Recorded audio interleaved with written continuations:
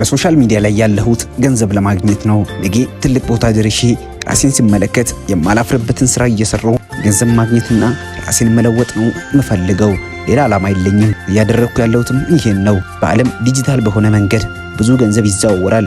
ብዙዎች ከዜሮ ተነስተው ራሳቸውን ቀይረዋል። እዚህ ግባ የማይባሉ ሰዎች ተጽዕኖ ፈጣሪዎች ሆነዋል። እኔም ከእነርሱ እንዳንዱ መሆን እፈልጋለሁ።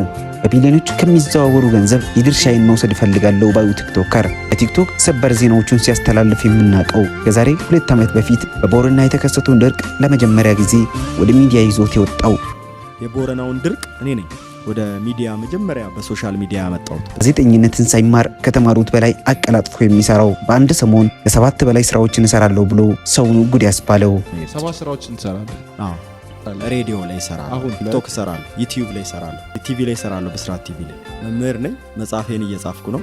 አካዳሚክሊ ሁሉ ጊዜም ያው ሪሰርቾች